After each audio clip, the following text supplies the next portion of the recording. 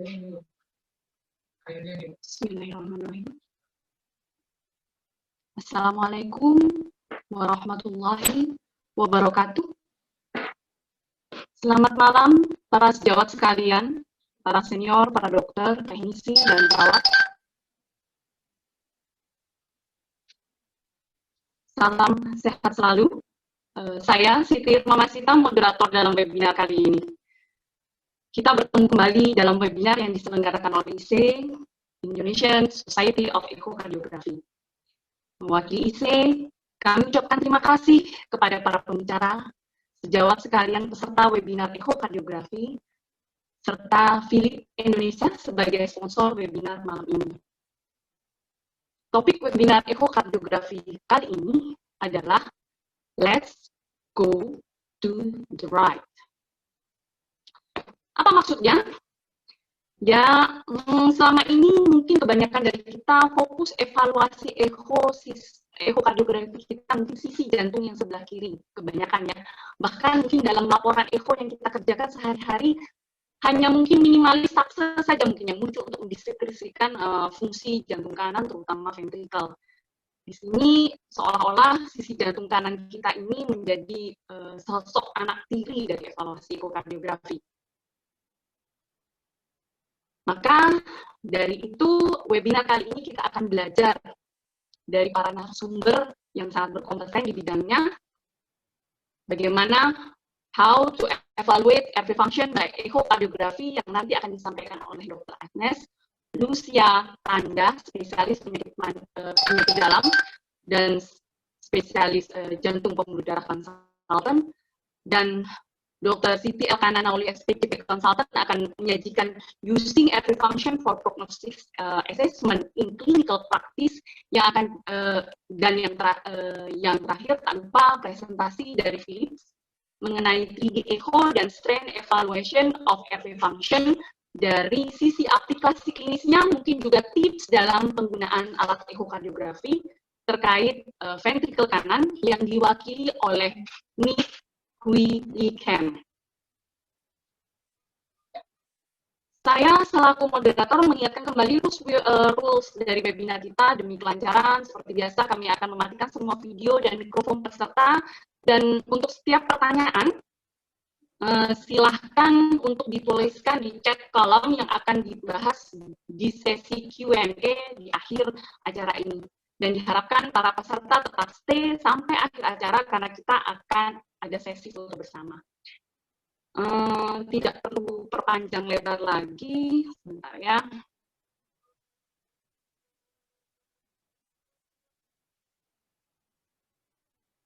Oke, sebentar.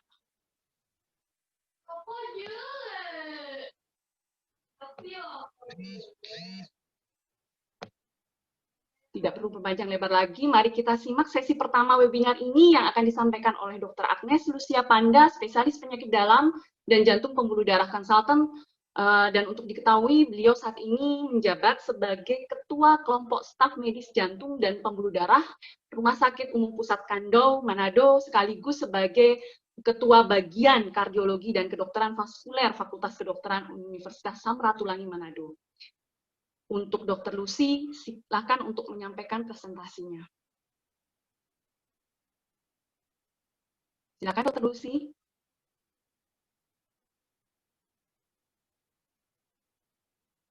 Terima kasih Dr. Sita. Selamat malam selamat malam para sejawat sekalian. Assalamualaikum warahmatullahi wabarakatuh. Salam sejahtera bagi kita semua. Pada kesempatan ini saya akan mempresentasikan mengenai bagaimana mengevaluasi fungsi ventrikel kanan dengan echocardiografi.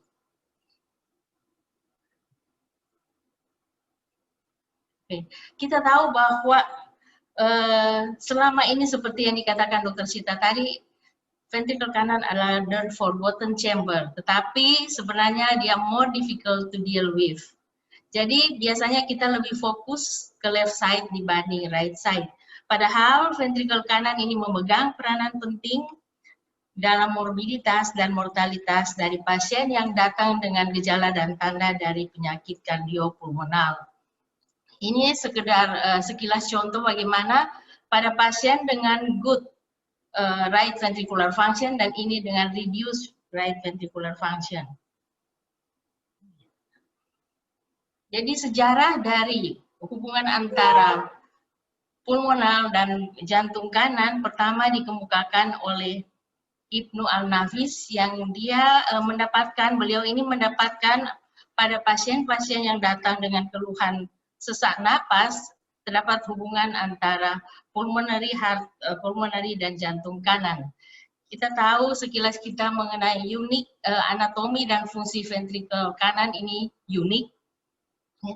Apabila dalam kondisi loading yang normal, ventrikel kanan ini akan kelihatan dari samping sebagai bentuk segitiga atau triangular, sedangkan pada potongan sagital kita lihat seperti crescentic.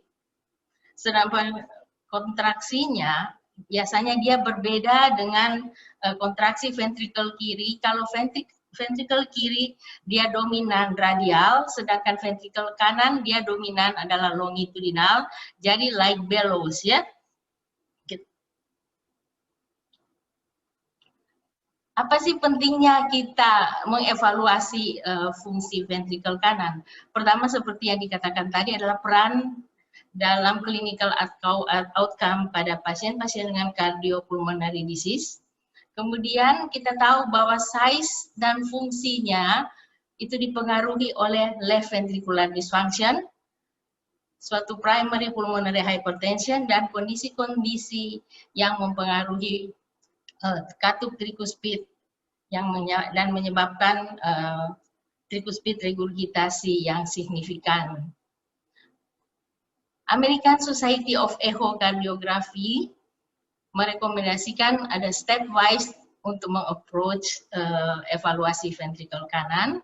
Jadi kita lihat right heart evaluation ini oleh multiple acoustic window, kemudian report yang merepresentasikan parameter-parameter kualitatif dan kuantitatif, dan kita akan membahas sebagian di sini.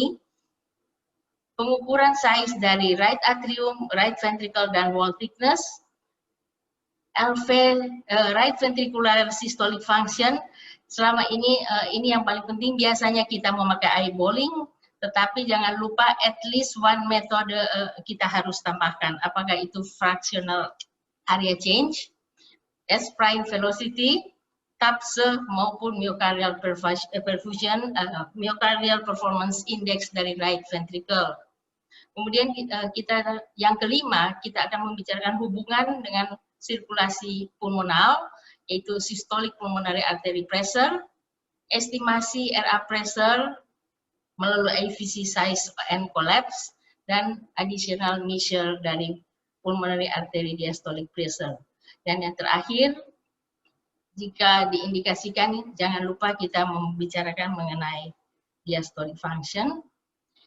Ini sebagian view, biasanya kita melihat view yang kiri sekaligus dengan yang kanan seperti yang biasa kita ketahui, parasternal long axis, parasternal short axis, fourth chamber, dan three chamber apical Chesley chamber. Ini tipikal view dari plaques airway. Sebenarnya ini dari plaques kita lihat, ini yang RV inflow, kita akan melihat ini RA dan RV nanti akan lebih jelas di slide berikut. Ini di sacs base, ini subcostal fourth chamber, dan ini subcostal short axis view. Jadi bagaimana kita mendapatkan view ini? Kita lihat bahwa dari plaques, kemudian kita tilting, kemudian kita masuk ke RV inflow. Ini kita lihat ada IVC sudah terbuka di sini. Tadi ada coronary sinus. Ini adalah segmen anterior dari RV, ini segmen inferior. Ini valve tricuspid anterior leaflet dan ini posterior leaflet. biasanya kita melihat jet dari tricuspid regurgitasi kalau kita tidak mendapatkan jet yang paralel, apakah pada apical 4 chamber atau apical 3 chamber. Biasanya saya pribadi sering menggunakan view ini untuk mengukur TR jetnya, tricuspid regurgitasi jetnya. Sekarang kita akan membicarakan mengenai dimensi jantung kanan. Pertama, right ventricle. Right ventricle ini kita ingat aja bahwa seluruh parameter diukur pada end diastolic phase ya. Dan biasanya untuk mengukurnya kita harus cari bagian yang terlebar. Dan ini kita bicarakan dulu ukuran-ukurannya. Ini di base di antara anulus D1 ini. Anulusnya kita lihat normalnya dia kurang dari 42 mm. Di mid, sepertiga mid biasanya di daerah musculus papillaris, dia diameternya kurang dari 35 mm dan kemudian longitudinal dari pertengahan base ini ke apex kurang dari 83 mm dengan LV dan banding RV ratio biasanya 1,3 kurang dari 1,3 banding 1. Tetapi kita bisa melihat apabila pada yang kita sudah mulai melihat bahwa RV-nya sudah hampir sama ukurannya dengan LV, walaupun dia belum terlalu melebar, kita harus mencurigai sudah mulai terjadi LV dilatasi di situ. Ini pada right atrial, kita melihat ini adalah dimensi mayornya, ini dimensi minor, dan dimensi mayornya kurang dari 53 mm, sedangkan dimensi minornya kurang dari 44 mm, dengan RA area normalnya kurang dari 18 cm kuadrat.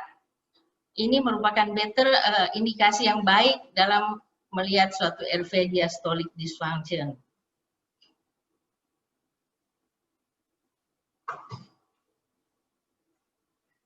Yang berikut kita akan mengukur mengenai RVOT proksimal dan RVOT distal. RVOT proksimal bisa dari plaques, ini biasanya dari segmen anterior RV ke junction antara interventricular septum dengan aortic. Begitu juga pada lebih mudah kalau kita pakai sebenarnya dengan sax. Ini di sini juga dari anterior ke aorta, dan pada RVOT distal ini ukurannya diameternya harus kurang dari 27 mm, kalau di sax kurang dari 35 mm dan di plaques kurang dari 30 mm. Ini terlalu banyak yang harus kita hafalkan ya. Tetapi itu adalah ukuran-ukuran standar ya. Dengan RV thickness ini biasanya kurang dari 5 mm, ini kita dapatkan dari subcostal view. Ini kita bisa melihat sebenarnya mudah, cukup mudah, tetapi limitationnya harus kita ingat bahwa hanya single site measurement, pengukuran pada single site, dia bisa overestimated oleh harmonic imaging dan oblique mode-nya, dan challenging kalau kita ini dapatkan ada thicken dari pericardial visceral yang biasanya kita susah membedakan dengan RV thickness.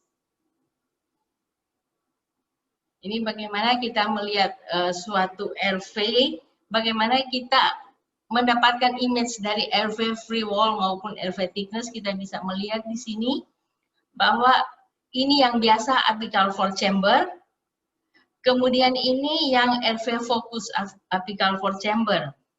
Biasanya kita tahu bahwa RV itu posisinya paling depan dan di bawah sternum, terutama RV free wall. Jadi kita harus mengeluarkan itu dari sternum dengan menggeser sedikit ke lateral, untuk supaya kita bisa melihat RV free wall. Jadi kita geser sedikit ke lateral dan kemudian kita rotate atau sedikit di tilting sampai apical RV-nya itu terletaknya di center, dan di sini kita bisa melihat free wall RV dan RV dengan dalangan pandangan yang paling baik.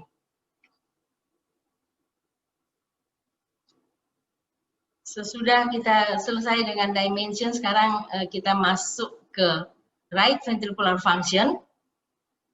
Biasanya kita ada dua bagian selalu, yang paling penting tentu assessment dari systolic function dan kemudian assessment dari diastolic function.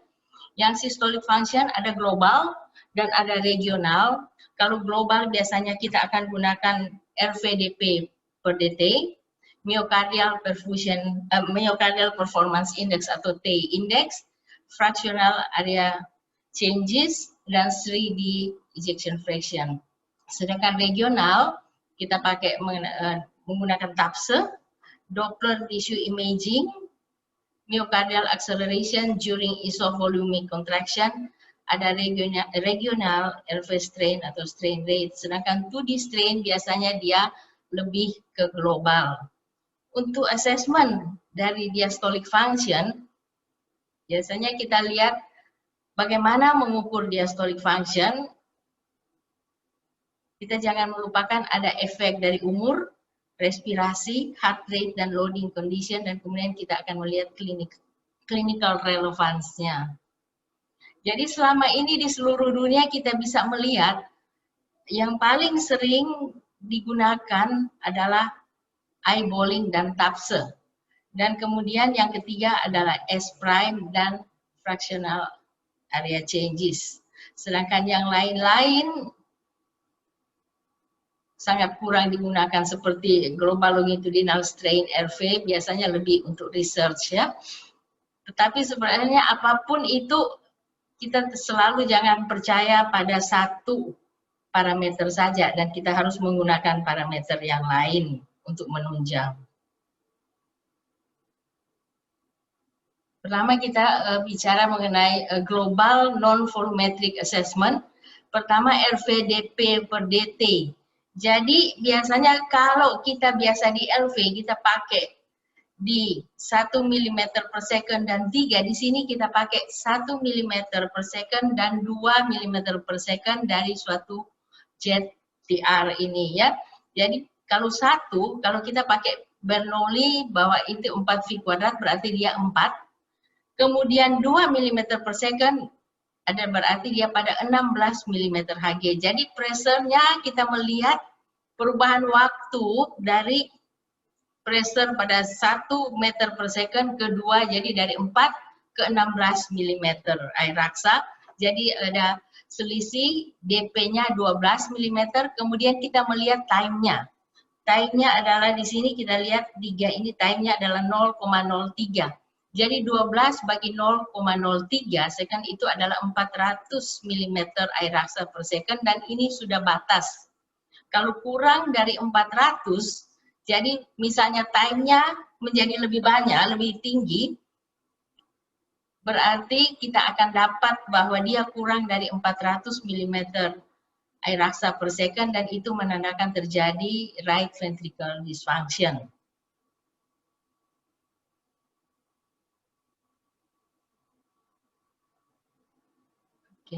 Kemudian yang kedua adalah myocardial performance atau T index yang mirip seperti di LV, tetapi ini kita menggunakan RV, ini bisa dengan pulse atau pulse Doppler maupun dengan pulse tissue Doppler. Jadi ini ada rumusnya. Jadi ini adalah tricuspid closure to opening, ini adalah isovolumetric contraction time, ini isovolumetric relaxation time, IVSCT dan IVRT, ini kita lihat di sini. Jadi dia adalah TCO, ini waktu dari tricuspid, opening to closure, kemudian dikurangi dengan ejection time, atau sama dengan kita melihat IVCT tambah IVRT dibagi dengan ET ya, ejection time. Biasanya MPI ini kita lihat bahwa normalnya kurang dari 0,43 kalau kita ini adalah suatu pulse Doppler. Kalau pulse Doppler berarti kita bisa melihat, kita bisa mengukur dari RVOT juga. Dan kita melihat ejection time di RVOT ya. Sedangkan pada tissue Doppler nilai normalnya kurang dari 0,54. Agak berubah sedikit dibanding AC yang 2010, ini yang 2015 ya. Kita harus ingat bahwa apabila terjadi load dependent, dia bisa membuat pseudo normalized condition dengan elevated RAP ya. Yang ketiga kita akan bicarakan mengenai fractional area change. Ini sebenarnya sama dengan kita membicarakan EF ejection, tetapi lebih ke area ya, bukan volume di sini. Normalnya fractional area changes harus lebih dari 35%. Kekurangannya di sini dia tidak memasukkan RV outflow atau RVOT. Sedangkan pada global volumetric assessment yang paling kita gunakan apabila kita menggunakan 3D echo untuk menghitung RV right ventricular ejection fraction, kita bisa melihat bahwa di sini RVOT-nya turut dimasukkan ya, dan dia berkorelate dengan RVEF yang kita hitung dengan cardiac MR. Normalnya 3D EF ini lebih dari 45%. Sekarang kita masuk ke regional non-volumetric assessment. Pertama, TAFSE. Kita sudah biasa menggunakan TAFSE, dan TAFSE ini adalah yang paling sering biasanya kita pakai selain eyeballing. Dia bisa sudah divalidasi terhadap radionuclide ejection fraction. Limitationnya dia adalah angle dependency dan hanya partial representasi dari RV global function. Ini kita lihat TAFSE kalau dulu kita menggunakan nilai normal 1,16 mili, yang terbaru ini dia harus lebih dari 16 mili atau 17 mm ya. Jadi kurang dari 17 mm itu sudah dianggap sesuatu yang abnormal.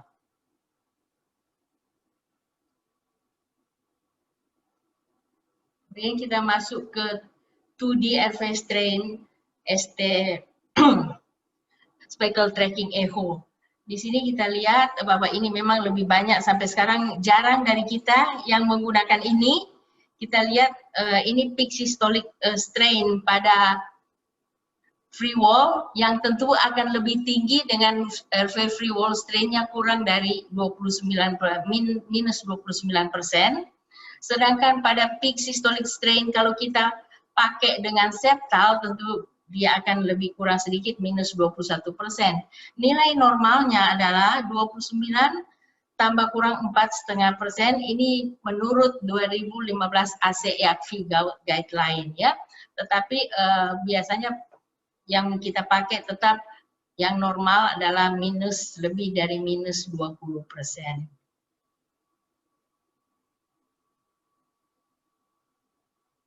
Ini kita bisa melihat ada suatu case dari yang menggunakan RV strain, global longitudinal strain. Sesudah perhitungan ini kita melihat semua dari yang kita bicarakan tadi, RV fractional area changes-nya, normalnya, tadi kita sudah lihat bahwa dia lebih dari 35, tetapi yang ada di sini adalah 20%. Kemudian longitudinal strain, normalnya kurang dari minus 20, lebih dari minus 20, ini hanya kurang minus 14. Jadi semua ini nilai-nilainya menandakan ada RV dysfunction. Sedangkan S prime yang normalnya harus di atas 9,5 dia 7,29, dan TAFSE yang harus di atas 1,6 dia hanya 1,24. Dan ini sesuai semua bahwa ini pada case ini terdapat dysfunction, RV dysfunction. Summary recommendation dari assessment RV function ini kita akan sedikit membahas bahwa visual atau eyeballing hanya kita pakai sebagai inisial kualitatif RV systolic function, tetapi di era standarisasi ini dia tidak cukup ya. Sekurang-kurangnya kita membutuhkan satu dari parameter yang kita bicarakan tadi untuk dimasukkan dalam pemeriksaan echo rutin kita. Jadi dia penting apabila RV dysfunction harus kita lihat apabila kita mencurigai terjadinya RV dysfunction. Sedangkan yang tadi kita ngomong panjang-panjang ya mengenai isovolumetric acceleration, strain rate, sampai saat ini belum direkomendasikan. Biasanya dia best reserve hanya untuk research. Kita tarik nafas sejenak, kemudian kita masuk ke RV diastolic function. Ini sebenarnya lebih mudah ya. RV diastolic function biasanya seperti pada LV, ini adalah normalnya indeks RA area yang tadi dibilang RV wall thickness normalnya kurang dari 5, indeks RA area normalnya kurang indeks ya, jadi kurang dari 11 atau sama dengan 11. Spektral Doppler ini 0,8 sampai 2,1 dengan DT-nya 120 sampai 229. Dan yang kita lihat di sini, ini sebenarnya cukup mudah kita lihat hepatic vein flow. Apabila sistolik per diastolik di hepatic vein ini normalnya lebih dari 1. Seperti biasa kalau kita melihat E per A. Tetapi apabila sudah kurang dari 1, nah kita sudah mulai curiga terjadi ada diastolic dysfunction. Kemudian di perhitungannya biasanya kita lihat mestinya dia lebih dari 55% kalau sistolik per sistolik tambah diastolik, tetapi abnormal kalau dia kurang dari 55% ya. Sebelum kita masuk ke clinical relevance, kita lihat bahwa ada grading RV diastolic dysfunction yang kita lihat impaired relaxation bila E per A-nya kurang dari 0,8, pseudo normal feeling E per A 0,8 sampai 2,1 dengan E per E prime ratio lebih dari 6 atau diastolic flow predominance pada vena hepatik seperti tadi yang sudah dikatakan. Restrictive feeling bila lebih dari E per A lebih dari 2,1 dengan DT-nya kurang dari 120 milisecond.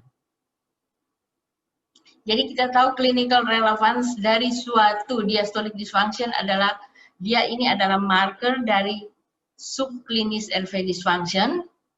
Pada pasien-pasien dengan CHF dan pulmonary chronic heart failure dan pulmonary hypertension,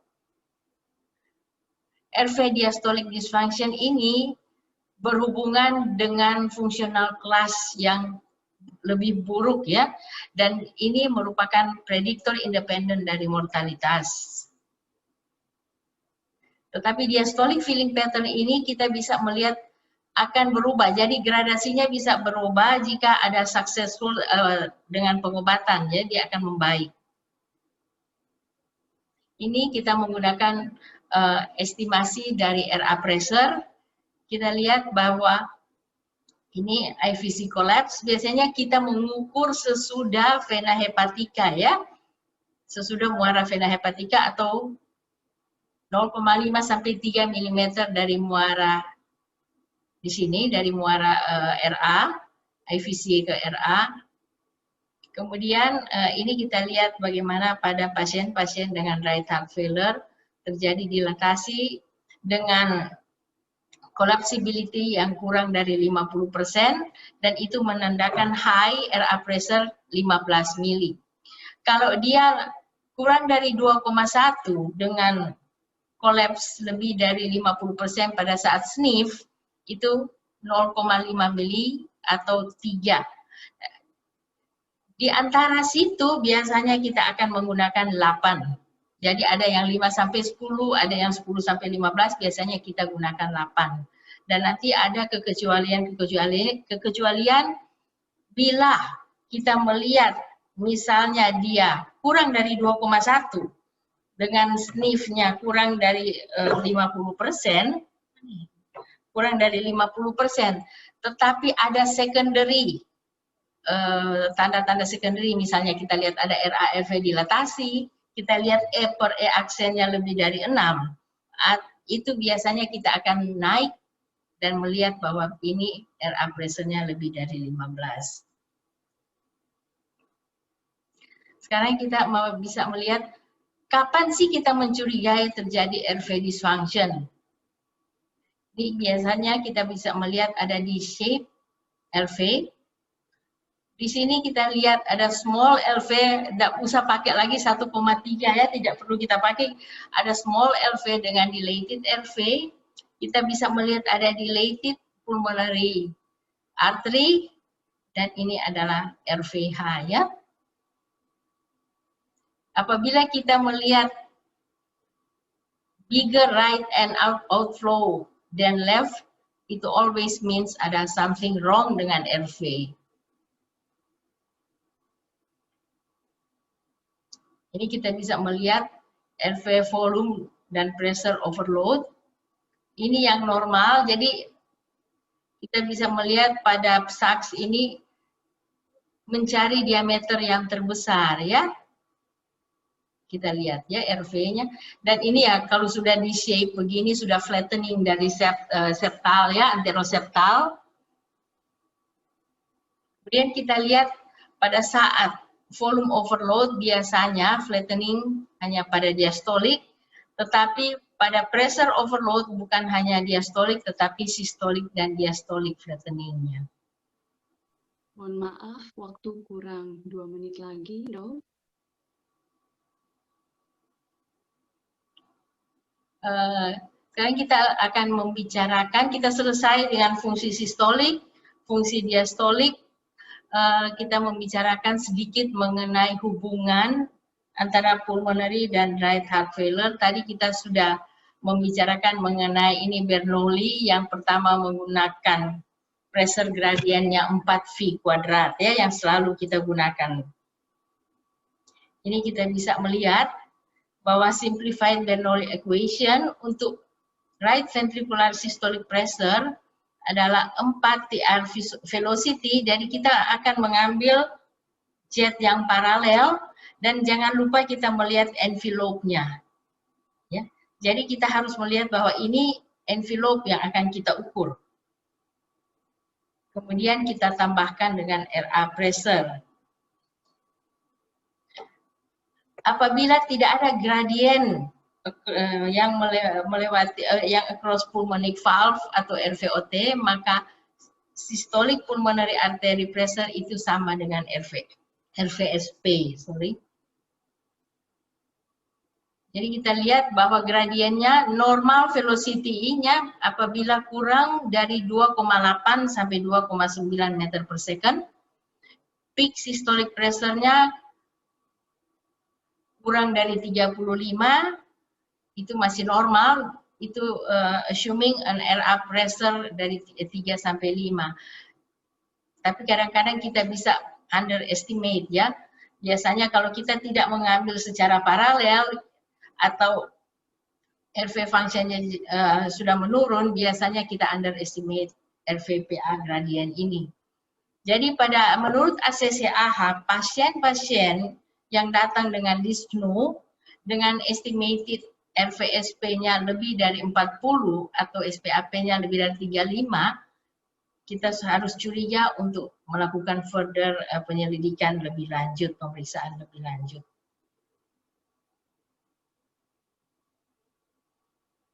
Ini kita bicara sedikit mengenai MPAP dan pulmonary artery diastolic pressure.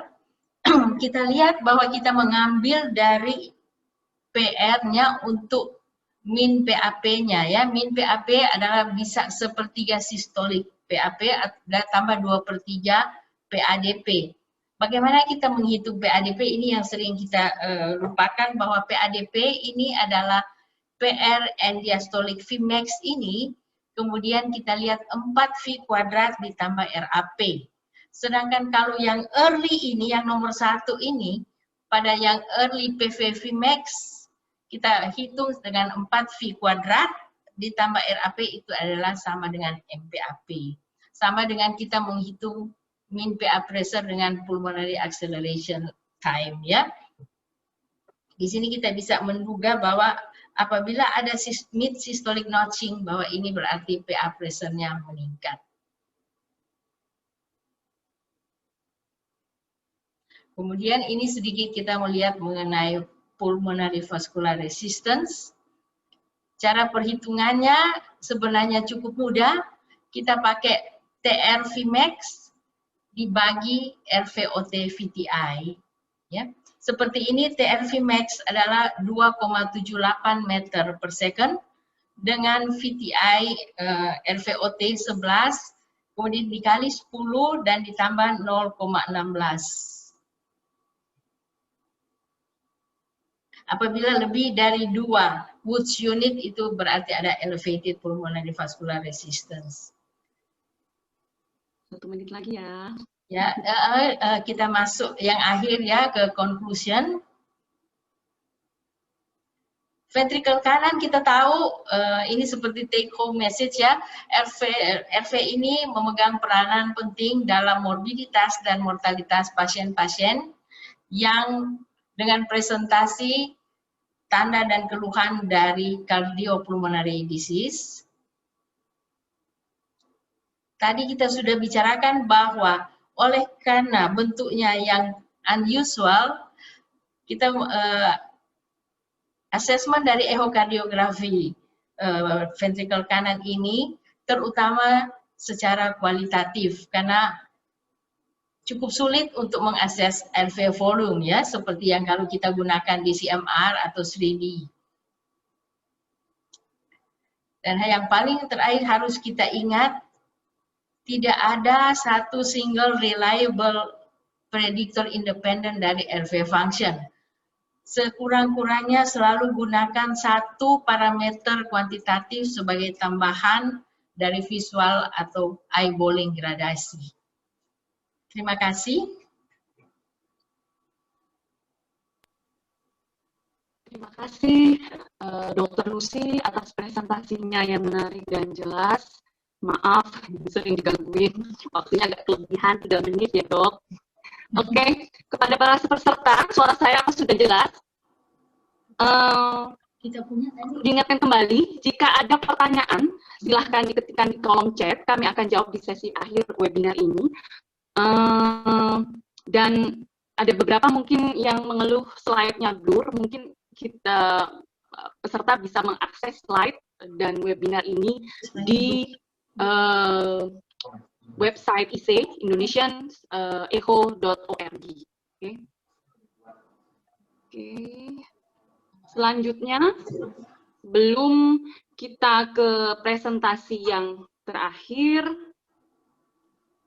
oke, kita share. Before we go to our last presentation, we have one presentation from our sponsor. The topic is about clinical application of 3D echo and RV strain in the assessment of RV function. It will presented by Ms. Hui Lee Kam.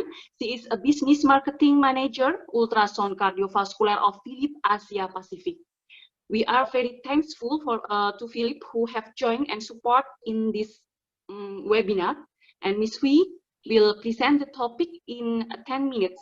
Please, Ms. Hui, the time is yours. Thank you very much, Dr. Very good evening to all. My name is Hui Lee Kam, and I'm the Business Marketing Manager for Ultrasound Cardiovascular at Philips APAC. I'm based in Singapore. Can you see my slides all right? Yes. Well, thank you very much to the organizing committee of the Indonesian Society of Echo for allowing me some time with you this evening to share about clinical applications of 3D echo and RV strain in the measurement of RV function. As you know, the importance of RV function has been underestimated due to the enormous attention given to the evaluation of the left heart, a lack of familiarity with ultrasound techniques that can be used in imaging the right heart, and there are very few ultrasound studies providing normal value reference values for the right heart size as well as function.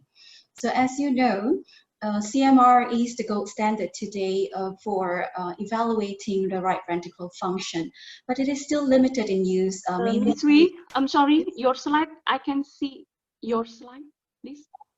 Can you see my slide? No, no. Ah, okay, sorry. Let me try to do that again. All right. Do you see that now? Yes, thank you. Okay, Yes. I apologize for that. Sorry. Yes, Very yes. good. Thank you for letting me know. Yes. So therefore, the importance of, as I was saying earlier, the importance of the RV function has been largely underestimated due to the enormous attention that's given to the evaluation of the left heart, the lack of familiarity with ultrasound techniques that can be used in imaging the right heart, and there are very few ultrasound studies providing normal reference values of the right heart size and function. And as you know, CMR is the gold standard for evaluating the right heart function, and the use is though very limited due to the fact that it's quite expensive. It is very time consuming. It's not universally available, and of course it's also not suitable for all patient types. And because of these limitations, you'll be looking at, hey, how about having the RV assessments by echo? There are challenges in RV assessment with using echo though. First, due to the complexity in the geometry of the RV, it is heavily trabeculated myocardium that has limited border definition, and the retrosternal position of the RV limits the echo. Sorry? Yes? I'm sorry, Ms. Wee. Can you hear me? Yes.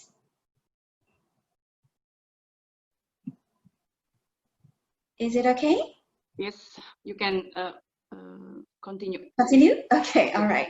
Good. And I was mentioning, no problem. As I was mentioning, the retrosternal position of the RV also limit the echocardiographic imaging windows. And as we know, the RV also load dependent. And because of all of these, especially because of the complex shape of the RV, you'd see limitations in the use of 2D echo for the measurements of RV. And this is quite well known. The foreshortening, for instance, the geometric assumptions will make 2D not quite well suited for quantification in your daily clinical practice, and therefore limiting it only to the users who are more skilled in imaging the RV.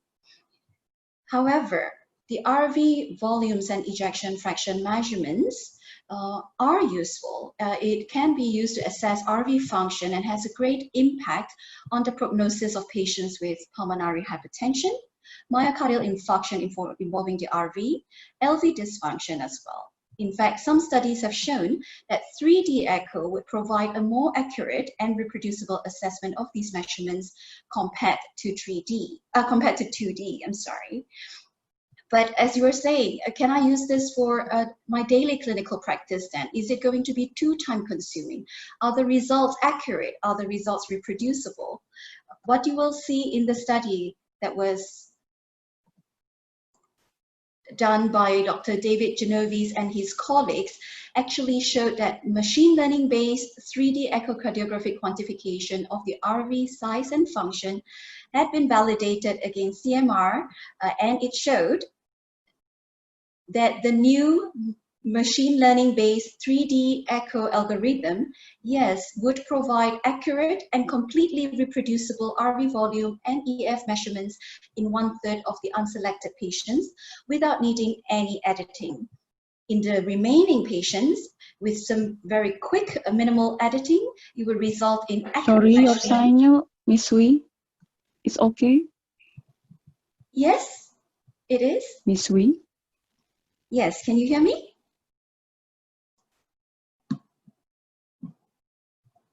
The signal is fine. Can you hear me? Yes, we can hear you. Please Okay, continue. Thank you. Thank you. Yes. So in this paper, it says in the remaining studies with just quick minimal editing, it would result in reasonably accurate measurements with excellent reproducibility. And this approach promises a good solution for fast 3D quantification of RV size and function. After this, Dr. Ohtani and his colleagues also did a follow-up study looking at the accuracy of this fully automated RV quantification software with 3D Echo. And here he did a direct comparison with CMR as well as the TomTec semi-automated quantification software.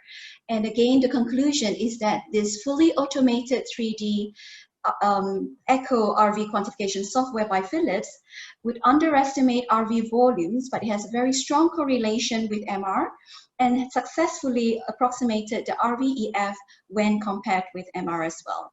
There is no inferiority of this software when observed compared to the TomTec semi-automated software. And what is also interesting, it is a very rapid analysis and has very high reproducibility that support the routine adoption of this method in the daily clinical workflow. So when the use of 3D Echo, it is very important to look at it by using an RV-focused view, as mentioned by Dr. Lucia as well. So Dr. Genovese and his colleagues also looked at the comparison between 4-chamber and the RV-focused views for the quantification and concluded that the RV size and function measurements of the RV-focused view and 4-chamber views are not interchangeable. The RV size and functions are more reproducible than the 4-chamber views, and therefore, only the RV-focused view should be used for quantitative assessment of the RV. And as this is so important, I've actually invited a clinical colleague of mine, Frank Kem, who is the senior clinical application specialist, to show us how to get a good RV-focused view and how do we get a fast, accurate, and reproducible 3D EF and volume of the RV. Hello, my name is Frank, and I'm a senior clinical application specialist for ultrasound with Philips. In this video, I will explain step by step the use of 3D Auto RV, a fully automated, fast and easy to use 3D quantification tool for the right ventricle. The right ventricle plays an important role in the morbidity and mortality of patients presenting with signs and symptoms of cardiopulmonary disease. To use the 3D Auto RV analysis, we need to acquire an RV-focused apical 4-chamber view. Make sure you have a good ECG signal. We are using the X51 transducer, which is our one-probe solution for both 2D and 3D imaging. Start from an apical 4-chamber view and slide the transducer to a more lateral position, keeping the left ventricular apex at the center of the image while displaying the largest basal RV diameter. This is the most reproducible apical view of the right ventricle, allowing assessment of the RV insertion point by avoiding RV foreshortening. If necessary, make adjustments to optimize the image quality. Select a minimum loop length of 2 beats and press HM-ACQ on the touch panel and then acquire the image. Open Review and select the acquired 3D dataset. Press 3D Auto RV on the touch panel. The window that appears on the screen shows the progress of the 3D dataset being analyzed using hard model auto-segmentation technology to align the views and place the landmarks and contour automatically. The fast speckle tracking tracks the contour over the entire cardiac cycle. When the analysis has finished, you see the medial short axis, basal short axis and the apical view of the right ventricle. The loops are playing automatically with moving contours. To the right, the corresponding end diastolic and end systolic images are displayed. More further to the right, an auto-cropped 3D image with the 3D model of the right ventricle, and the global results field showing the end diastolic and end systolic volume, stroke volume, and ejection fraction of the right ventricle. When satisfied with the results, Click Accept Measurements to end the 3D AutoRV quantification. The 3D global results will be exported to the report and DICOM structured report.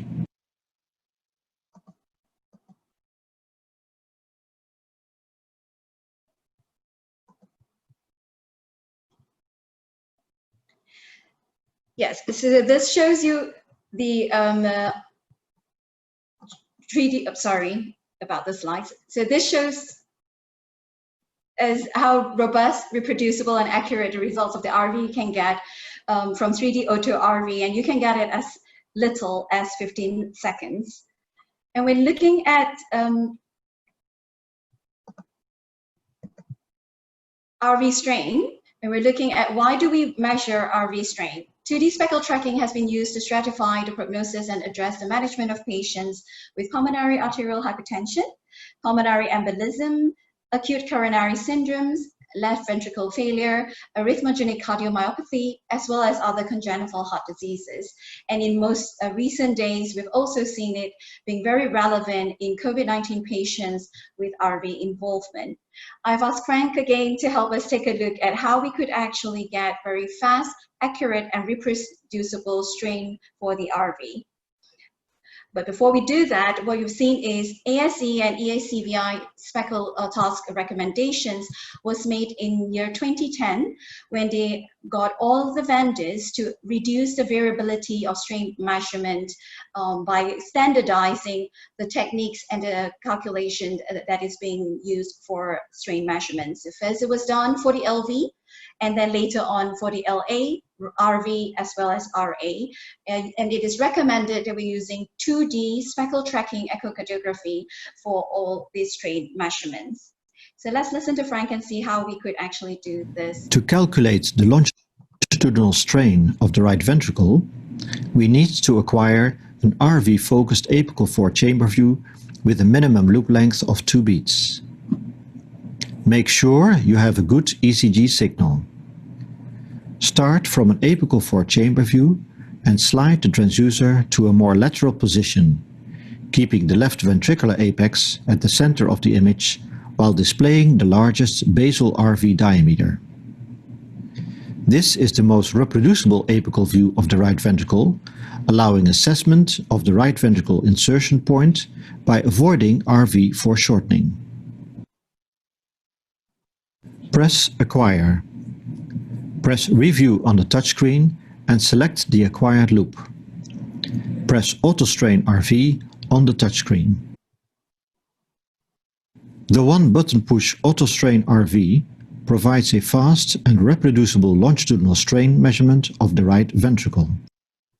Indeed, as you can see, it is a very fully automated algorithm that allows you to get fast, reproducible RV measurements. And this is a technology that is facilitated by using the automation from Philips as well as the proven 2D speckle tracking by TomTec. So AutoStrain RV will automatically analyze an apical 2D image and calculate the strain of the RV chamber walls, giving you the free wall strain as well as the global strain. In conclusion, RV imaging is recommended to have access using dedicated RV-focused acquisition that includes the entire RV throughout the cardiac cycle. 2D imaging is recommended for strain, where the Philips TomTec AutoStrain RV provides fast, reproducible RV longitudinal strain measurement. And 3D imaging is recommended for volumes and EF, where Philips 3D AutoRV provides the robust, reproducible, and accurate 3D volumes and EF or the RV for you. With that, I think I've come to the end of my presentation. I'd like to say terima kasih dan salam sejahtera.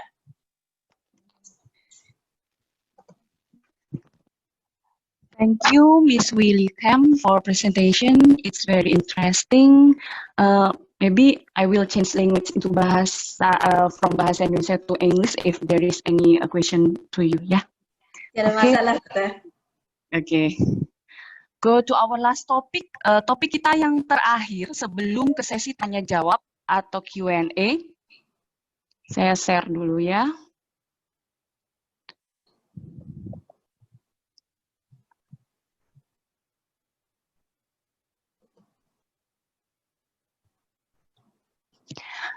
adalah mengenai penggunaan fungsi RV sebagai penilaian prognostik dalam praktek klinis yang akan dipresentasikan oleh Dr. Siti Elkanan Nauli, SPJP Consultant. Dr. Nauli kita kenal expert di bidang heart failure, mengingat beliau saat ini merupakan Ketua Pokja Heart Failure Perki dan sehari-hari beliau aktif sebagai staf medis di KSM Jantung dan Pembuluh Darah Rumah Sakit Umum Daerah Kabupaten Tangerang, Banten. Untuk Dr. Nauli, kami persilahkan untuk menyampaikan presentasinya. Terima kasih.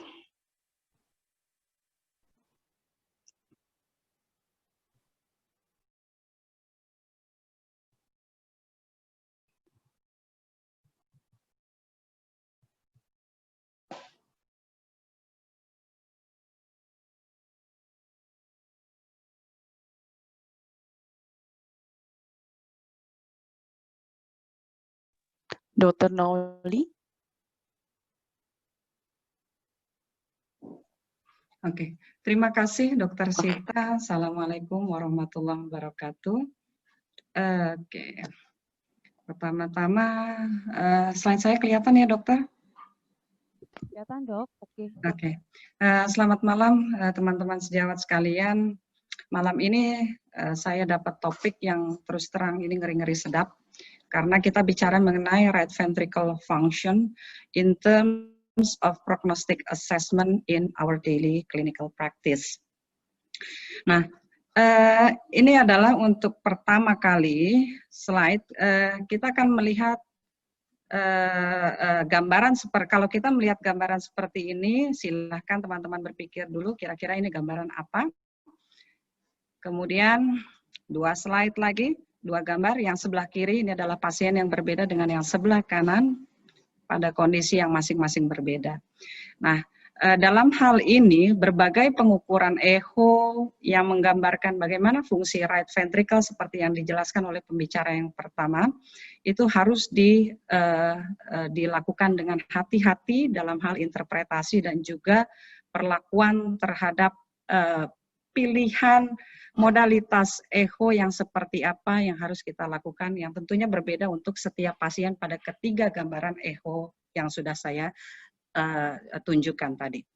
Jadi outline kita malam ini adalah kita akan berbicara sedikit mengenai right ventricle physiology, kemudian apa sih yang dimaksud dengan right ventricle performance, dan yang terakhir, bagaimana kita menerapkan right ventricle performance itu berdasarkan disease oriented, supaya tidak terlalu time consuming untuk mencari satu penyakit dengan berbagai macam parameter right ventricle echo, yang tentunya kita tidak punya waktu untuk melakukan semua itu.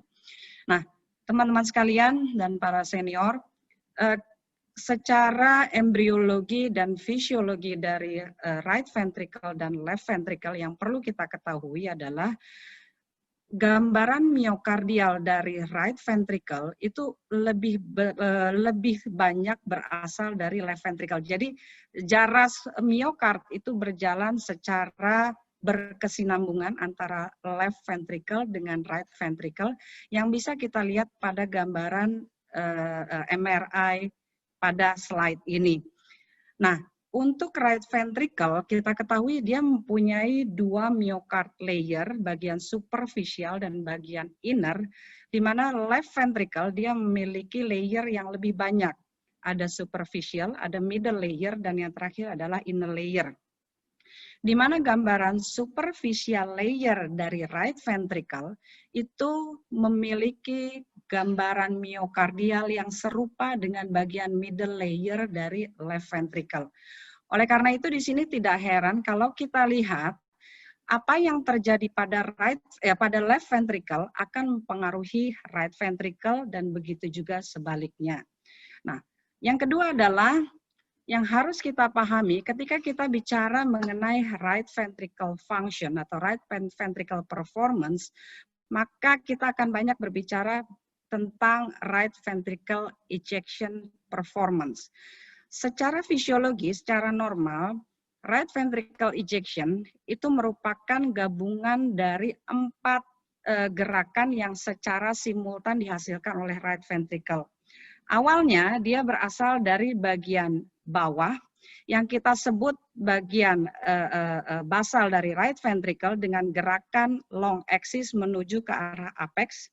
Kemudian yang kedua adalah gerakan dari free wall right ventricle menuju ke arah septum interventricle.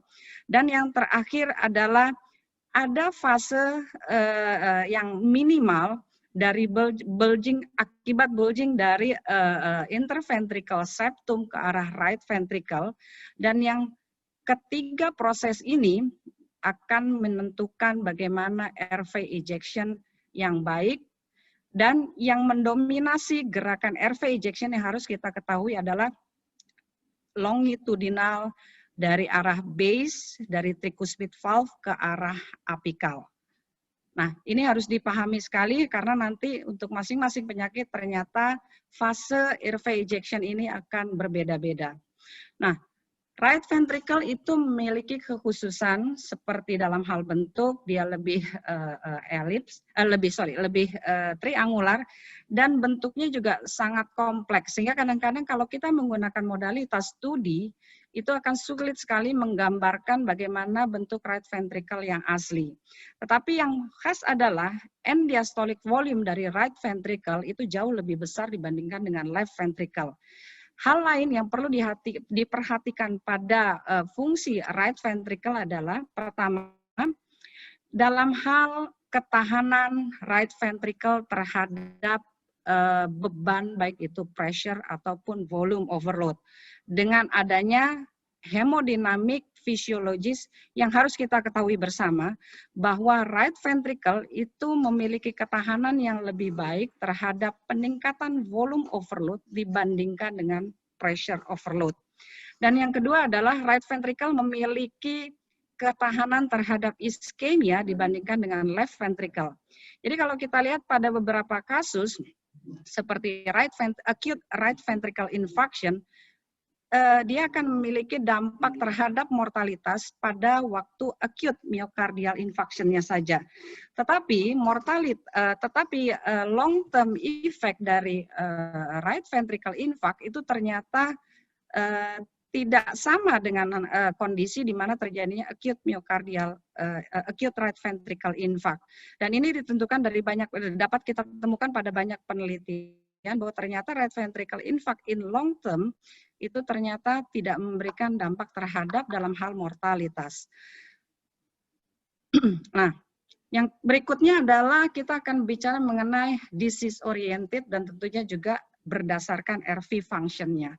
Nah, ketika kita bicara mengenai right ventricular dysfunction, maka kita akan bicara mengenai abnormalitas dari struktur right ventricle atau fungsi dari right ventricle tanpa disertai adanya kondisi keluhan akibat dari right ventricle dysfunction-nya tersebut. Secara terminologi begini. Nah, spektrum dari right ventricle dysfunction itu bukan hanya dalam hal satu penyakit, tetapi juga akibat left heart disease, contohnya pada acute ataupun chronic heart failure, pada left ventricle failure, ataupun valvular heart disease, mitral stenosis, ataupun aortic disease, atau pada kasus-kasus after cardiac surgery, acute myocardial infarction, dan yang tentunya yang paling banyak adalah pulmonary hypertension dan congenital heart disease yang sampai sekarang dampak mengenai RV dysfunction ini masih belum banyak diteliti dan belum banyak diketahui secara jelas. Nah, kemudian terminologi berikutnya harus kita ketahui yang disebut sebagai right heart failure. Ketika RV dysfunction disertai dengan clinical syndrome dari right ventricle dysfunction, maka terminologinya akan berubah menjadi yang disebut dengan right heart failure. Dan tentunya syaratnya adalah bahwa kondisi right ventricle harus dalam kondisi preload yang adekuat. Oke, jadi sekali lagi kita punya right ventricle dysfunction yang merupakan salah satu perwakilan adanya remodeling yang maladaptif dari right ventricle ditambah dengan adanya clinical manifestation seperti yang kita lihat di sini, inilah yang disebut terminologinya sebagai right heart failure. Yang berikutnya adalah perlu diingat bahwa secara mekanik right ventricle itu outputnya dia memerlukan kira-kira hanya 1/6 energi expenditure dibandingkan dengan left ventricle. Dan dia juga memiliki kontribusi terhadap left ventricle cardiac output, yaitu sebesar 1/6 sampai dengan 1/8 kontribusi terhadap left ventricle output. Dan dia sifatnya highly compliance karena dia menghadapi low resistance PA. Nah, kita akan membagi disease oriented kita malam ini menjadi 3 secara umum. Yang pertama adalah pada kondisi di mana terjadinya penurunan right ventricle contractility, ini kita tidak akan bahas terlalu banyak. Yang kedua adalah pada kondisi di mana terjadi right ventricle pressure overload dan right ventricle volume overload dengan kelainan-kelainan yang dapat kita lihat di sini. Oke. Nah, fakta berikutnya adalah ketika kita bicara mengenai right ventricle, maka akibat dari adanya interventricular septum, kemudian juga adanya kesinambungan antara myocardial fiber dari right ventricle dan left ventricle, seperti yang sudah saya jelaskan di awal. Dan yang ketiga bahwa right ventricle dan left ventricle itu berada dalam satu kantong perikard yang sama. Dan kantong perikard ini sifatnya tidak elastis, tapi dia sifatnya adalah stagnan. Jadi artinya ketika kita melihat adanya dilated RV, right ventricle yang dilatasi seperti ini, maka dia akan menekan interventricular septum ke arah left ventricle. Dengan segala efeknya, yaitu left ventricle preload-nya akan berkurang, kemudian akhirnya left ventricle cardiac output juga akan berkurang. Pasiennya jatuh ke dalam fase hipotensi yang refrakter kalau dilatasi dari right ventricle-nya tidak kita koreksi secara cepat. Ini adalah contohnya, pada kondisi di mana right ventricle itu menekan interventricular septum, maka akan terjadi right ventricle end diastolic pressure yang meningkat, septum shift, dan akhirnya cardiac output-nya akan meningkat. Ini kalau kita lakukan pada pasien-pasien yang right ventricle dilatation yang diberikan volume yang secara berlebihan. Karena ingat, right ventricle bagaimanapun dia memiliki efek yang baik terhadap volume overload pada satu batas di mana Frank Starling tidak akan lagi berjalan seperti proses fisiologi umumnya, maka kontraksi dari right ventricle itu kemudian akan menurun karena dia tidak mampu lagi menahan beban volume yang lebih banyak. Nah, Dr. Lucia sudah menjelaskan mengenai bagaimana parameter kita melakukan pemeriksaan ekokardiografi pada right ventricle. Dan yang penting adalah sebenarnya bukan angka, tapi yang penting adalah bagaimana kita melakukan interpretasi dari berbagai parameter echo yang sudah kita dapatkan, yang dalam hal ini disebut sebagai right ventricle function. Jadi right ventricle function atau right ventricle performance itu adalah mewakili right ventricle sebagai satu unit fungsional untuk mempertahankan stroke volume, baik itu right ventricle dan left ventricle, dalam rangka memenuhi cardiac output, baik itu dari right dan left ventricle secara adekuat. Nah, yang paling dekat terminologi ini menurut saya adalah yang disebut sebagai right ventricle ejection fraction. Baik itu dengan melakukan pemeriksaan melalui echo, radionuklir, ataupun dengan cardiac CMR, cardiac MRI. Oke. Nah, pertama-tama sebelum kita masuk ke dalam disease oriented, kita harus tahu dulu apa sih yang terjadi dengan right ventricle pada waktu dia menghadapi pressure overload ataupun volume overload. Ini ada satu penelitian yang dari Argentina memang, ini melihat bagaimana pengaruh pressure atau volume overload dengan melakukan pemeriksaan right ventricle strain untuk menilai longitudinal strain dan transversal strain pada right ventricle. Dan hasilnya adalah bisa kita lihat di sini. Pada kondisi dengan right ventricle pressure overload, maka kita bisa melihat right ventricle area change itu akan jauh berkurang dibandingkan dengan kondisi normal. Dan yang kedua adalah TAPSE. TAPSE pada kondisi pressure overload dan volume overload memang lebih kondisinya akan lebih menurun pada yang pressure overload. Tetapi penurunan ini kita tidak melihat adanya kemaknaan dari dibandingkan dengan kelompok yang normal ataupun kelompok yang volume overload. Dan yang ketiga adalah kalau kita menilai S-wave velocity dari lateral tricuspid annulus, maka kita akan melihat pada pressure overload, maka S-wave velocity itu akan jauh berkurang dibandingkan pada kondisi volume overload. Oke. Dan yang menarik adalah ketika melakukan left dan right ventricular myocardial strain pada kasus pressure dan volume overload tersebut, kita bisa lihat bahwa pada kondisi pressure overload,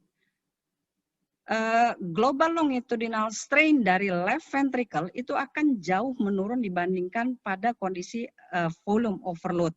Inilah yang salah satu dijelaskan oleh mekanisme interdependensi antara right ventricle dengan left ventricle, di mana adanya pressure overload akan menyebabkan shifting dari interventricular septum ke arah left ventricle.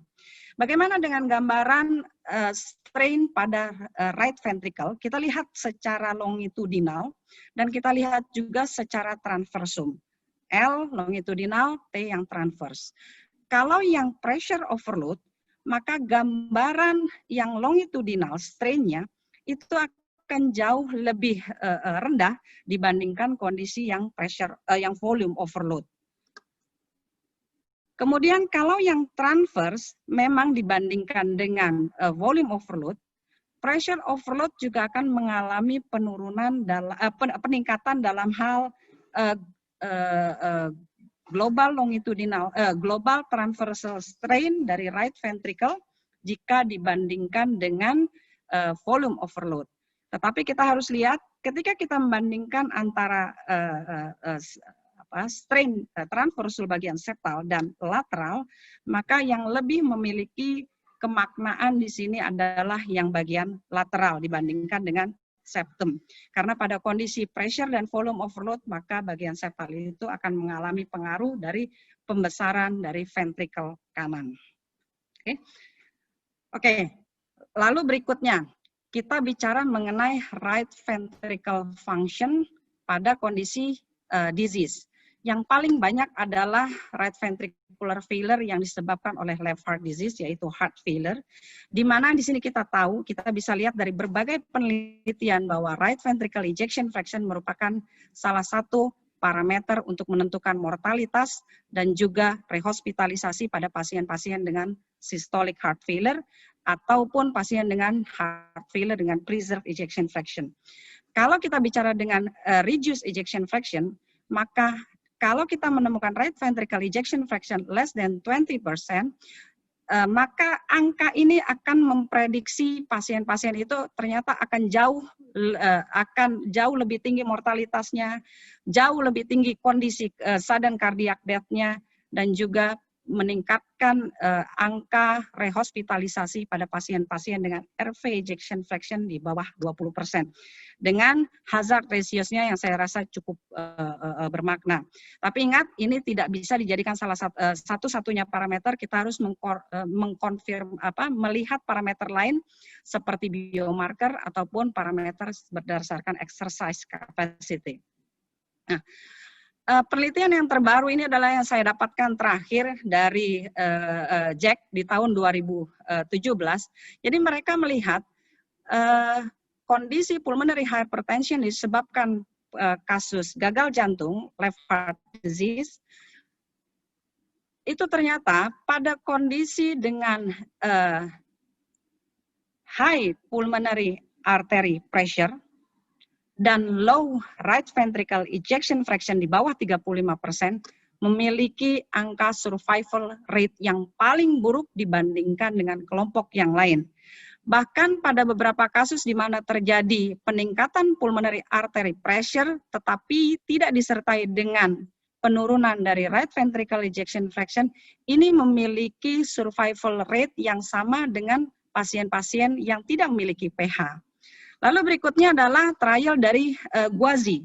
Gwazi ini melihat ternyata pada pasien dengan HFrEF dan HFpEF itu sebenarnya akan terjadi right ventricle dysfunction. Dan keduanya ternyata memiliki korelasi yang cukup kuat jika kita temukan adalah adanya yang kita sebut sebagai ventriculo-arterial coupling yang menggambarkan satu kesatuan antara right ventricle dengan pulmonary artery. Kalau kita menemukan pulmonary artery pressure sistolik yang tinggi dengan TAPSE yang rendah, ini akan menghasilkan yang disebut sebagai low elastance dari right ventricle dan arterial dan arteri pulmonal. Jadi kita bisa rumusnya tinggal TAPSE dibagi dengan PA systolic pressure. Kalau dia di bawah 0,36 disertai dengan low TAPSE, maka prognosisnya, survivalnya akan lebih buruk dibandingkan kelompok yang lain. Nah, yang berikutnya adalah itu kalau kita bicara mengenai mortalitas, rehospitalisasi.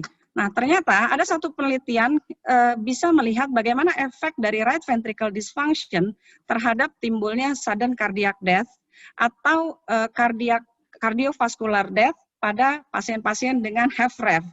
Di sini kita bisa lihat, kalau kita menemukan pasien dengan left ventricle ejection fraction di bawah 35%, tapi dia memiliki moderate to severe right ventricle dysfunction yang ditandai dengan right ventricle ejection fraction di bawah 35%, di bawah 30%, maka pasien itu akan lebih banyak yang meninggal akibat cardiovascular cause dan juga sudden cardiac death dibandingkan dengan pasien-pasien yang left ventricle ejection fraction-nya masih di atas 35%, either dia menerima ICD ataupun mereka mengalami pernah mengalami history of cardiac arrest sebelumnya. Okay. Dan dari subgrup analisis penelitian ini, kalau kita lihat tadi itu tanpa history cardiac arrest. Kalau dia dengan history cardiac arrest, EF-nya di bawah 35% dan dia kemudian diimplantasi ICD, maka tetap bahwa moderate to severe right ventricle dysfunction itu tidak akan mempengaruhi survival rate meskipun pasiennya sudah dipasang ICD. Jadi tetap risk of sudden cardiac death dan mortalitasnya akan jauh lebih tinggi. Jadi apapun bentuknya, mau dia dengan history of cardiac arrest, dipasang ICD atau tidak, maka adanya moderate to severe right ventricle dysfunction ini merupakan salah satu prediktor timbulnya sudden cardiac death. Nah, di penelitian lain juga menemukan bahwa right ventricle systolic function yang ditandai dengan right ventricle ejection fraction di bawah 30% atau sama dengan 30% itu merupakan prediktor yang baik terhadap cumulative survival rate bahkan selama sampai dengan 35 bulan. Nah, kalau kita lihat dari penelitian ini, ketika seseorang memiliki right ventricle ejection fraction di atas 50%, maka berbagai parameter dari systolic function dari right ventricle, baik itu dengan fractional area change, longitudinal change, kemudian myocardial performance index, kemudian S prime dan TAPSE, itu memiliki korelasi yang cukup baik pada kondisi dengan right ventricle ejection fraction, tapi pada kondisi RVIF 50%. Tapi kita lihat, ketika pasien itu memiliki right ventricle ejection fraction di bawah 30%, ini berdasarkan CMR atau berdasarkan radionuklir, maka korelasi antara parameter echo itu tidak sebaik dengan kondisi di mana RVIF masih 50%. Dan di sini tidak ada satu parameter pun yang menunjukkan korelasi yang cukup bagus seperti mana yang kita kira. Apalagi kalau kita lihat TAPSE. TAPSE ketika RV ejection fraction-nya cuma 30%, dia memiliki korelasi yang sangat buruk. Nah, dari analisanya adalah bahwa ketika ejection fraction dari right ventricle itu memiliki batas 50%, korelasi dengan parameter echo yang kita lakukan selama ini cukup baik. Tetapi ketika 30%, kita bisa lihat yang memiliki korelasi yang baik adalah dalam hal myocardial performance index. Tapi tentunya sekali lagi ini bukan hal yang sering kita lakukan dalam kegiatan kita sehari-hari di echo lab, dan kita harus mencari parameter lain mungkin yang lebih simple Dalam hal ini mungkin right ventricle ejection fraction dari 3D. Oke. Jadi kita bisa lihat di sini myocardial performance index itu memiliki korelasi yang cukup baik dengan right ventricle ejection fraction dari MRI ataupun dari narionuklir. Nah, yang kedua adalah yang cukup banyak itu pada kasus dengan pulmonary hypertension bukan akibat dari left heart disease. Yang menarik adalah pada kondisi pulmonary hypertension, maka right ventricle ejection fraction itu tidak ditentukan berdasarkan longitudinal contraction. Di sini bisa kita lihat pada kondisi moderate pH, severe pH, maka aksis right ventricle itu akan berubah seperti ini, ditambah pada kondisi severe pH akan terjadi septal interventricular septal bowing ke arah left ventricle. Dan tentunya kalau kita lakukan analisa lebih jauh dari right ventricle, kita akan lihat pada normal subjek dari apex sampai dengan ke basal, gerakan transversal itu akan semakin lama semakin lemah. Jadi makin ke basal, gerakan transversal akan semakin lebih kecil dibandingkan dengan bagian apex. Tetapi pada kondisi pH itu justru akan terjadi kebalikannya. Maka kontraksi transversum bagian basal itu akan jauh lebih besar dibandingkan pada kondisi apex. Nah, oleh karena itu dari penelitian ini kita bisa lihat bahwa pada kondisi moderate to severe pulmonary hypertension di mana sudah terjadi right ventricle dilatation yang sangat hebat, maka right ventricle ejection fraction ini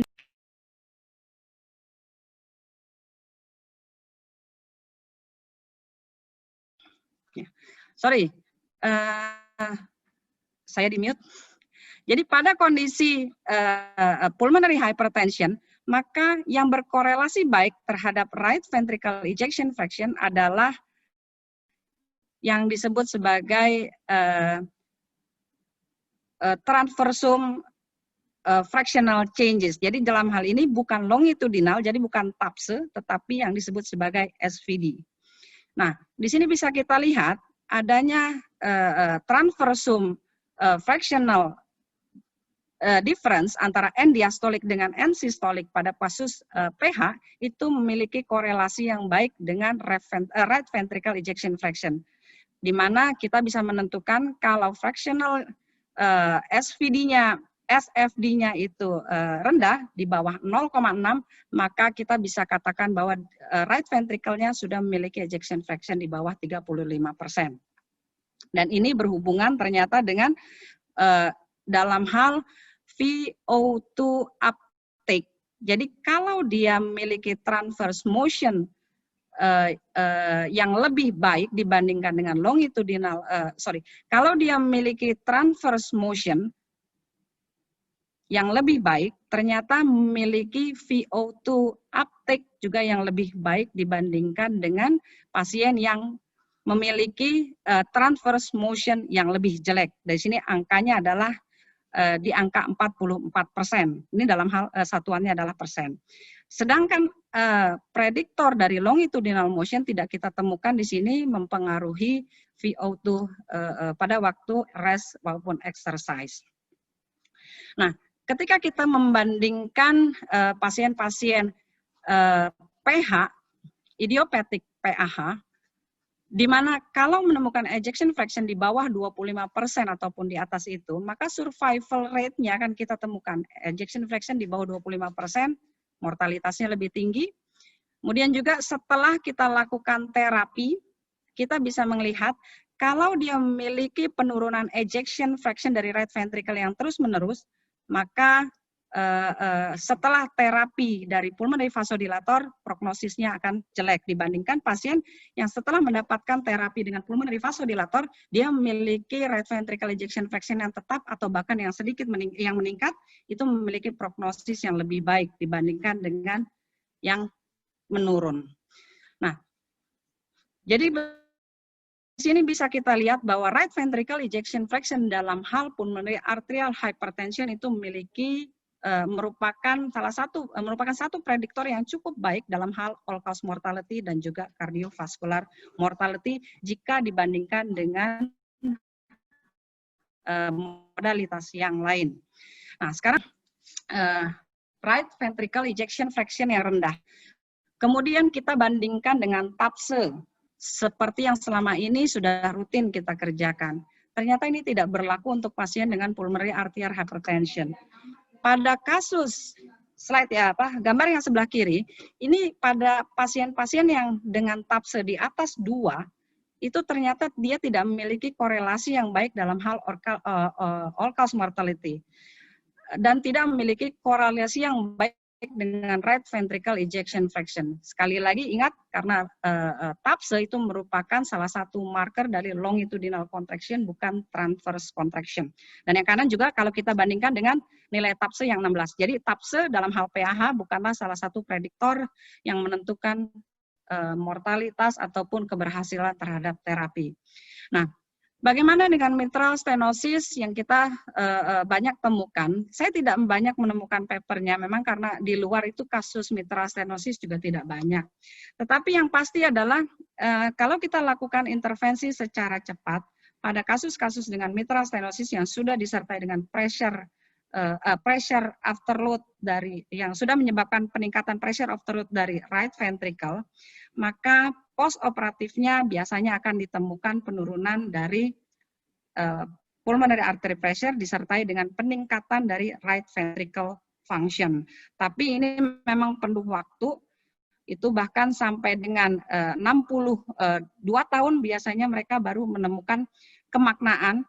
Kalau sampai dengan 2 tahun pulmonary artery pressure itu tidak turun, maka prognosisnya akan lebih buruk dibandingkan dengan pasien yang turun mean pulmonary artery pressure-nya. Untuk pemeriksaan right ventricle ejection fraction pada mitral stenosis tidak banyak datanya. Lalu bagaimana dengan mitral regurgitation? Jadi kalau pada kasus mitral regurgitation kita akan lihat peran right ventricle ejection fraction, kalau dia di bawah 35%, maka survival rate-nya akan semakin buruk. Di sini, kanan dan kiri. Nah, kemudian yang berikutnya, kalau kita melakukan pemeriksaan pada kasus right ventricle volume overload.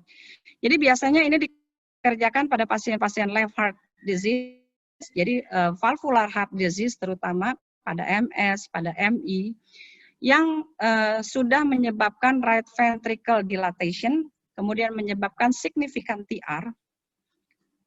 Ini ada satu penelitian yang cukup menarik bahwa kalau kita melakukan repair pada functional TR yang severe, itu ada satu parameter yang ternyata bisa menentukan pasien ini akan mengalami pemulihan dari right ventricle-nya atau tidak. Jadi di sini bisa kita lihat dari analisanya bahwa right ventricle end diastolic volume index yang bisa kita tentukan berdasarkan pemeriksaan CMR atau pemeriksaan 3D echo, kita bisa mendapatkan right ventricle end diastolic volume. Ini ternyata bisa menentukan perbaikan progresif,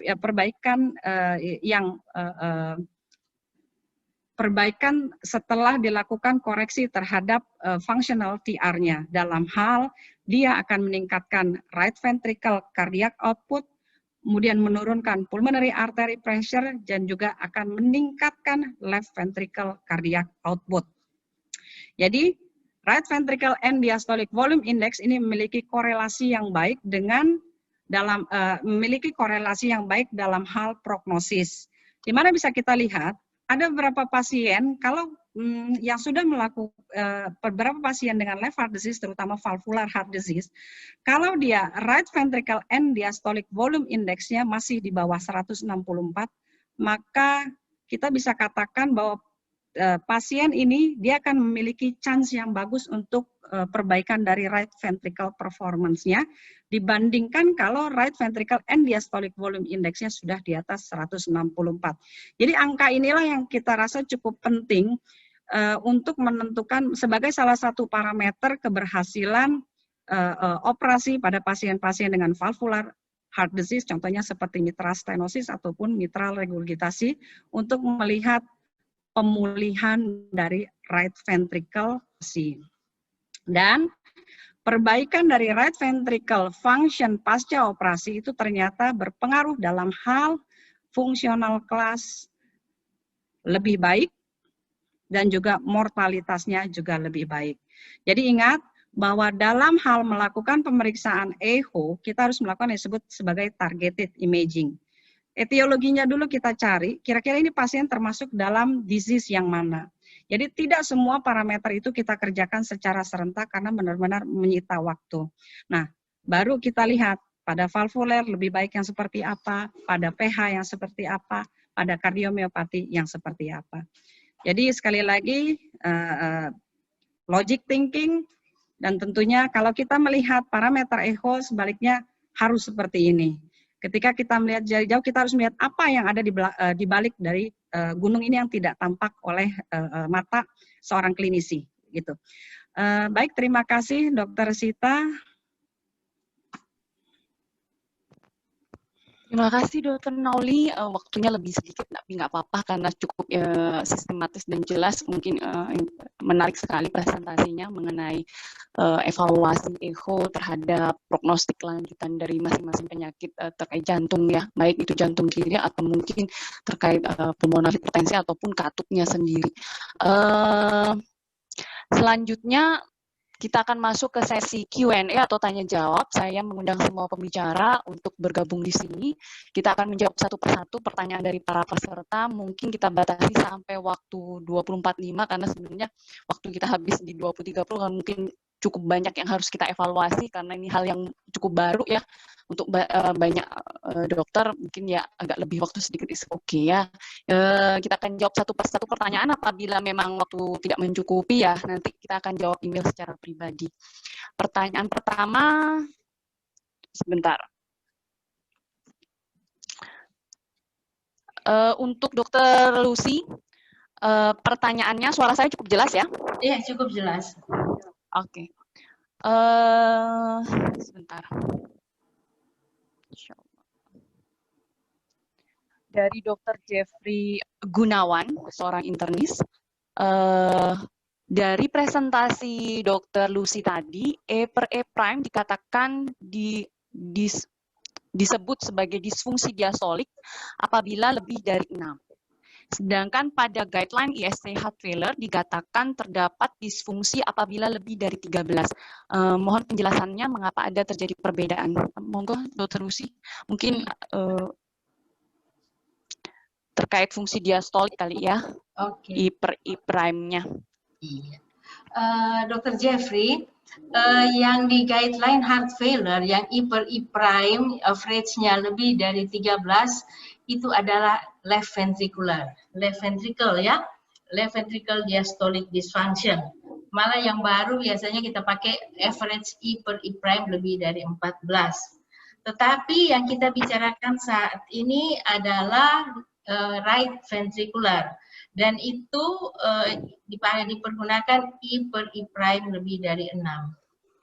Saya rasa cukup jelas ya, ini bahwa kita beda antara I per I prime di LV dengan I per I prime di RV. Mungkin Dr. Jeffrey tadi sudah dijawab sama Dr. Lucy bahwa yang dibahas I per I prime ini di RV, sedangkan 13 atau lebih dari 14 dari guideline terbaru itu adalah terkait disfungsi diastolik dari LV ya. Oke, terima kasih Dr. Lucy. Selanjutnya ada pertanyaan, mungkin bisa dijawab oleh dua dokter, boleh Dr. Lucy atau Dr. Nauli, mungkin ada pengalaman. Ini dari Dr. Indi Mas Hufah, seorang kardiologis. Terima kasih untuk pemaparannya, Dok. Pertanyaannya untuk memang khusus ditujukan untuk Dr. Lucy, tapi kalau Dr. Nauli bisa membantu menjawab, silakan. Untuk pemeriksaan fungsi RV, Dok, pada pasien ventilator, apakah ada perbedaan? Jadi kan ventilator sendiri cukup mempengaruhi tekanan paru-paru dan akan mempengaruhi ventrikel kanan kan dok ya, mungkin ya. Apakah dari pengalaman dokter bagaimana penjelasannya ya? Terima kasih. Jadi kita harus melihat dulu ini dari dokter siapa maaf ya? Dari dokter Indi. Ya, dokter Indi, memang akan terjadi perubahan karena adanya PIP. Ya, jadi PIP akan terutama pada PIP di atas 5, kalau PIP di bawah 5 itu tidak terlalu berpengaruh. Kalau pada PIP di atas 5 biasanya dengan pasien-pasien on ventilator biasanya ada dilatasi dari lung, akan terjadi juga increase intrathoracic pressure, akibatnya akan terjadi restrictive diastolic filling dan berpengaruh pada airway dan peningkatan PVR. Jadi akhirnya semua fungsi-fungsi dari airway itu akan menurun. Apakah itu suatu systolic function? Ya, jadi semua fungsi-fungsi systolic function dari airway biasanya akan menurun. Apakah itu S prime, TAPSE, maupun RVEF. Karena ini semua yang load dependent akan menurun. Kecuali yang bisa kita gunakan, yang paling reliable adalah FAC atau fractional area change. Karena itu bisa akan terpengaruh apabila kita memakai PIP sampai 20, tetapi saya rasa tidak ada yang memakai PIP sampai 20 ya. Jadi kalau kita melihat pasien dengan ventilator, biasanya kita sebaiknya untuk menilai fungsi ventrikel kanan kita memakai, apalagi kalau PIP-nya di atas 5. Kalau PIP-nya di bawah 5 kita bisa gunakan seperti biasa, tetapi kalau PIP di atas 5 sebaiknya yang kita gunakan adalah FAC. Karena fungsi-fungsi yang lain akan menurun. Baik, Dokter Lucy, berarti kita patokannya dari PIP yang dipakai ya, Dok. Apabila mungkin PIP kurang dari 5, kita masih bisa menggunakan pemeriksaan echo, ya parameter yang lain. Namun apabila lebih dari 5, mungkin FAC yang paling signifikan ya. Kecuali lebih dari 20 kita sudah nggak bisa evaluasi lagi ya, karena sudah terpengaruh semua. Oke. Pertanyaan selanjutnya, terima kasih Dokter Lucy. Pertanyaan selanjutnya dari Dokter Rangga.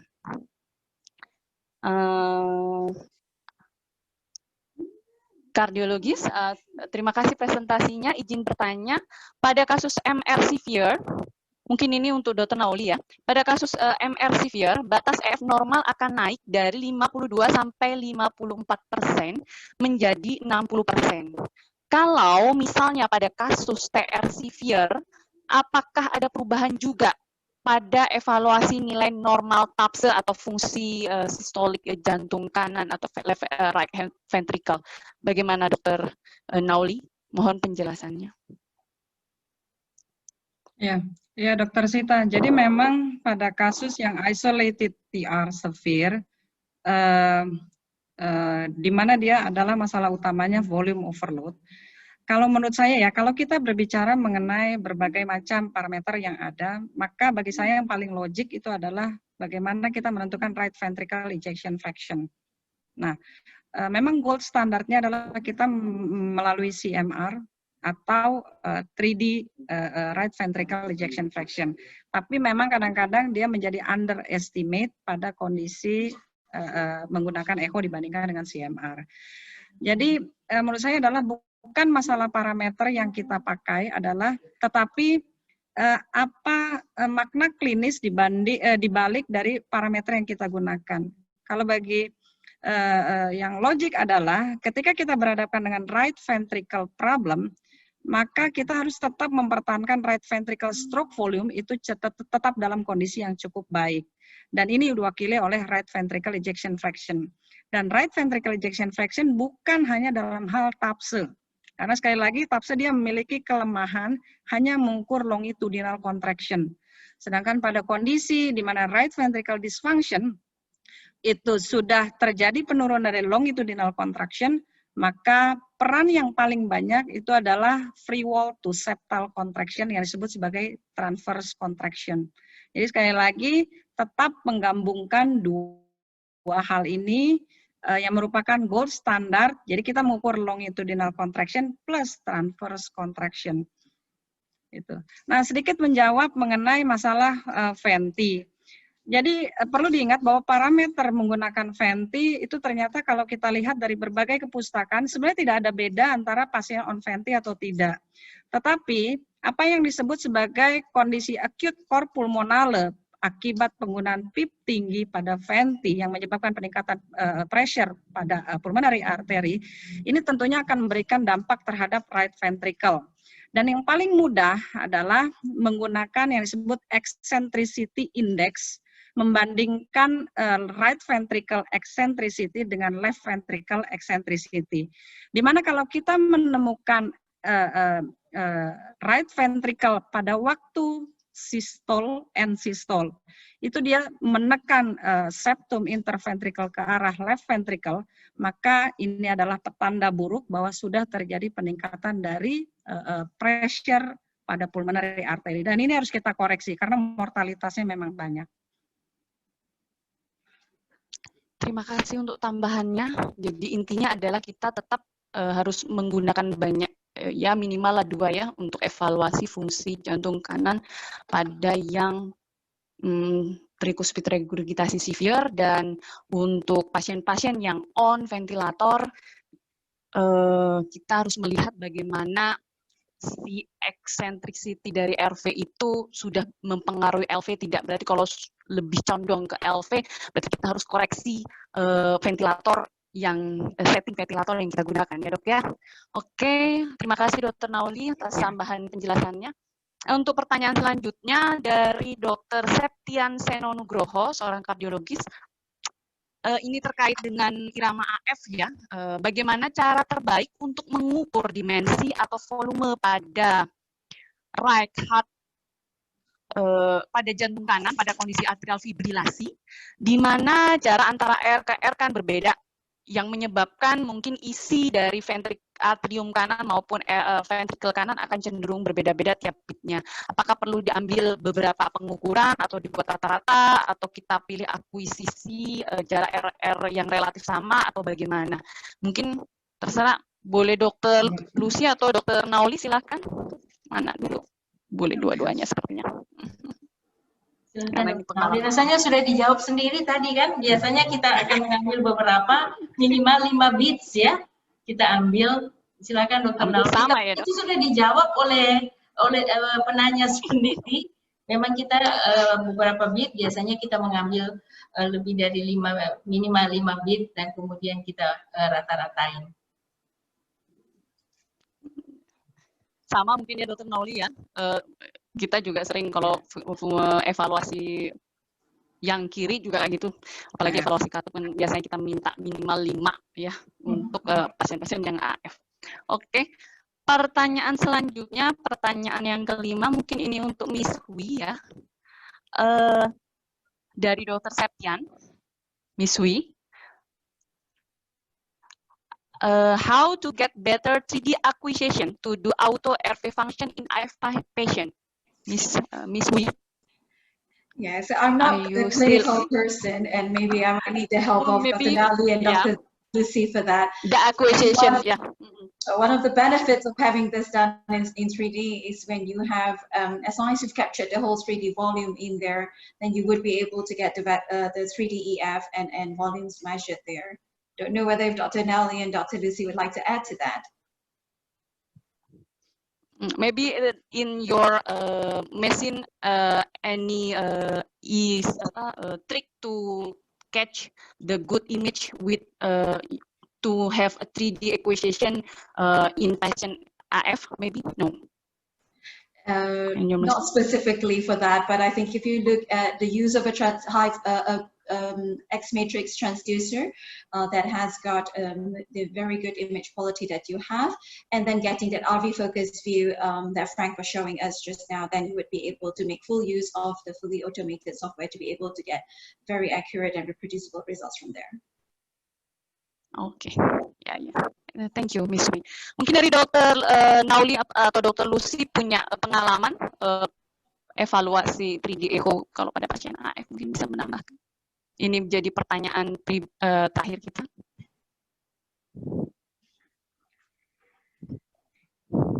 Dr. Lucy atau Dr. Nauli? Sepertinya tidak ada tambahannya. Oke. Enggak. Mungkin sama dok, seperti yang kalau kita mengukur left ventricle ya pada kondisi AF kalau menggunakan 3D, Jadi kalau 3D itu softwarenya kan dia menggunakan full volume. Jadi inilah masalahnya. Jadi ada nanti seperti potongan-potongan gambar pada waktu analisa. Nah itu yang harus secara hati-hati banget. Jadi biasanya ada kriteria tertentu yang harus kita gunakan pada waktu mengukur full volume dari right ventricle pada kondisi irama yang tidak teratur. Dan itulah masalahnya dengan maybe that's a point that I could, yeah, and maybe that's a point that I could add to that is that for this, the acquisition, the analysis can be done with just a single beat. So maybe for your AF patients, it doesn't matter so much that you have to do multi-beat acquisition. This could perhaps also be one way that you could be more helpful. Oke, jadi only one wave aja sudah bisa. Oke, thank you Miss Lee. Makasih Dr. Nauli. Sepertinya tiba-tiba ada pertanyaan ini cukup menarik. Ada 2 pertanyaan lagi ya dari Dr. Erwan untuk Dr. Nauli. Apakah RV strain dapat juga digunakan sebagai prediktor pada pulmonary artery hypertension? RV strain untuk prediktor pH. Oke. Prediktor prognosis. Justru kita menggunakan RV strain karena strain itu kita mendapatkan 2 hal. Yang pertama adalah longitudinal strain dan transversal strain. Dan tadi sudah saya kemukakan bahwa yang transversal strain itu ternyata berkorelasi baik dengan kalau kita nggak punya mesin 3D untuk mengukur right ventricle ejection fraction. Pada kasus PAH memang. Ya, jadi ingat yang diambil adalah transversal strain, bukan longitudinal. Case by case lah ya. Oke. Strain itu time consuming, jadi biasanya untuk research. Cuman kalau pengen tahu ya monggo. Ya, sangat-sangat membutuhkan waktu yang cukup. Oke, pertanyaan terakhir ya dari Dr. Sani. Dr. Nauli lagi nih, lagi booming nih. Mohon bertanya, apakah rata-rata S prime pada RV dapat mencerminkan performa dari RV pada right ventricle ejection fraction kurang dari 0,3? Terkait S prime. Jawabannya adalah tidak. Oke. Jawabannya adalah tidak. Kalau pada RVIF 50% ke atas, dia memiliki korelasi yang baik. Tetapi kalau pada RVIF di bawah sama dengan 30%, yang memiliki korelasi baik adalah myocardial performance index, bukan S prime. Oke. Yang indeksnya yang dievaluasi. Apakah sayang ada 1 pertanyaan lagi deh, nggak apa-apa, saya kasih bonus lah, mumpung masih anget. Dari Dr. Jeffrey Gunawan untuk Dr. Nauli sama Dr. Lucy, bagaimana teknik yang terbaik nih dok, tipsnya untuk menentukan RVIF menggunakan echo 2D, mengingat echo automatic yang tadi dipresentasikan belum tersedia. Jadi kalau kita nggak punya automatic 3D ataupun 2D yang otomatis periksa, kita manualnya gimana yang terbaik untuk mengevaluasi RVIF ini dok? Mungkin dari pengalaman dokter masing-masing, Dr. Nauli atau Dr. Lucy, silakan. Tadi sudah dijelaskan. Kita nggak bisa melakukan. Ya. Silakan Dr. Nauli. Saya rasanya sama. Kita tidak bisa untuk 2D ya. 2D volume. Makanya kita memulai metrik yang lain. Kita kerjakan ya. Jadi kalau 2D itu terlalu banyak asumsi dalam mengukur RVIF. Makanya tidak digunakan. Jadi yang terbaik tetap 3D ya dok. Mungkin kita melihat pemeriksaan lain-lain. Oke, ini pertanyaan terakhir dari para peserta kita. Mungkin karena keterbatasan waktu dan cukup melebihi dari waktu yang seharusnya. Alhamdulillah, mudah-mudahan presentasi dari ketiga pembicara ini bermanfaat untuk kita semua dalam melakukan evaluasi ekokardiografi sehari-hari dan membantu pasien-pasien yang memang fungsi RV-nya sudah cukup terganggu akibat penyakit, baik itu terkait penyakit jantung kirinya, katup, atau penyakit terkait pulmonal hipertensinya, yang kita bisa kerjakan di tempat kita masing-masing.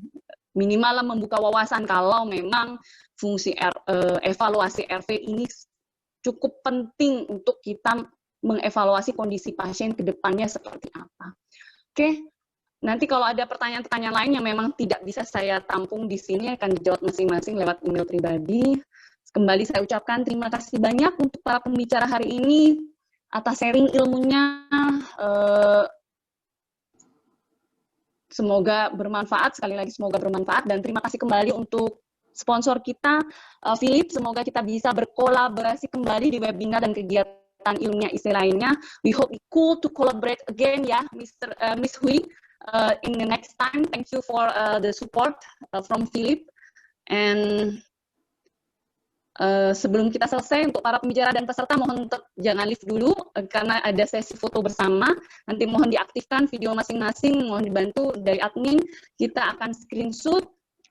Kita telah sampai di akhir acara webinar IC ini. Oh iya, lupa ada titipan pesan kalau akan ada kuesioner umpan balik untuk bahan feedback kami dan evaluasi kami ke depan terkait perbaikan penyelenggaraan webinar IC selanjutnya.